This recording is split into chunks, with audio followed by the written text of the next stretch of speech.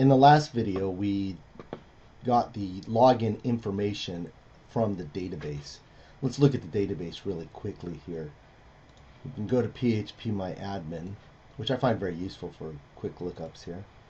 Go to that users table, and we can see that there's only one user, username Kurt Clement, password my password. Now what I don't like is that this password is stored in open text, and that should be encrypted. And that's what we're going to do in this video here. It's actually going to be a fairly quick video with a little bit of diving into views. So what happens if we use the default passwords that were hard-coded, or any password actually, than the one in the database? It doesn't work. But if we use the one in the database,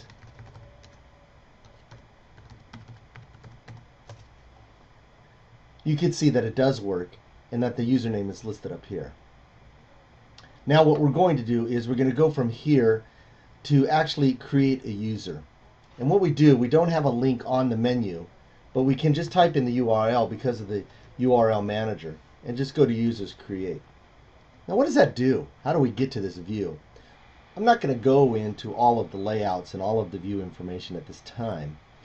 But if we look at our controllers, we have this users controller. So I typed users create. So if I look at this users controller, I have this method here that's called action create. And that's parsed to go into this section of code right here. Now it adds the model, which remember is what part of our model users. And it says, is this a post command? It's not. It's just a direct command. So it says render this model with its create view. Well, let's go down to that. There's the models right there. And here is the model users and its create view. Well, what does that say? Well, it says set the breadcrumbs and the menu, which are items of the layout. This is the menu and breadcrumbs, and this is the menu over here, sorry. And then it says render this partial view, which means render the view without the header and footer with this model on this one. And here's that view right here, this form. All this form does is it creates this widget form here, sets the ID, and then puts all of these fields and labels here. And the very last thing, of course, is this submit button. Now built into this widget, this C active form, is a save button.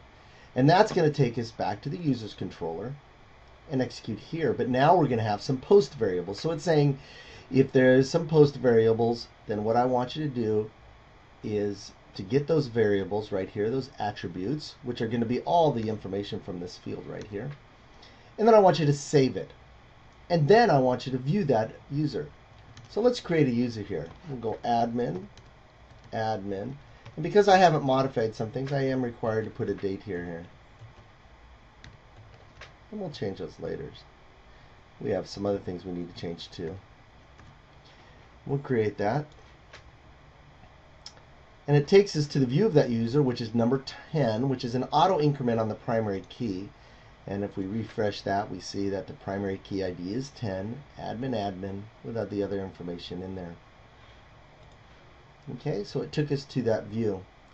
Well, what happened, and this is something we need to fix, what happens if I go back to that create, and I try to create the same user? Our database doesn't allow multiple users. So if I try to create that user again, see, it doesn't handle it very well. And this is something that we're going to have to fix. It essentially says that this failed to execute this SQL statement. Well, it failed to execute, and we didn't handle it very well because the username was not unique. So here we are back to create. We see that the password is still in plain text, and we want to change that. If we get right here, we know what the password is. It's $model with the parameter password. Well, let's change that. Here what we said is, we said we're going to change that password, and what it's going to be is it's going to use this PHP encryption function called crypt, and it's going to take the original password, encrypt it with this salt. Now, salt is for dictionary lookup, because if you don't know what the salt is, you can't just encrypt a whole bunch of words and look for a match. The number one password out there is password, but number 10 is baseball. And if you know what 100,000 of these common passwords are, you can look them up. This salt will stop you from doing that. Now, if you know what the salt is, you can do that, and there's strategies around making the salt unique. And there's some controversy about whether this is good encryption or not. There's other things to do with security here, but we're going to keep this simple. Now when we create a user, we'll expect this password to be encrypted or non-plain text. Let me delete this one here. And then when I go back over here, I can recreate the user. So create, show the user. You can see the password here is not the password that I had entered in there. Well, how do I know that that password actually can be used? Well, what I'm going to have to do is I'm going to have to encrypt the password when I log in. So at this point right here, I'm just going to want to type in admin, but I'm going to want to encrypt the password. You remember that where that was done when I authenticated was up in this component here, this user identity component. Here we just say compare the passwords that the person entered in with what's in the database. But we're going to change that to encrypt it and then match the encryptions. So now what we're saying is take the password from the database. This record was retrieved from the database with this username. Encrypt the password, this password, which is what was entered in the form. Use the same salt and make sure that they're the exact same. And now when I log in,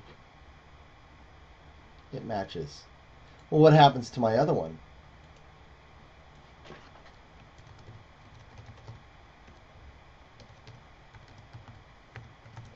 So I enter in my plain text password here, and of course it will fail because it doesn't find a match on that.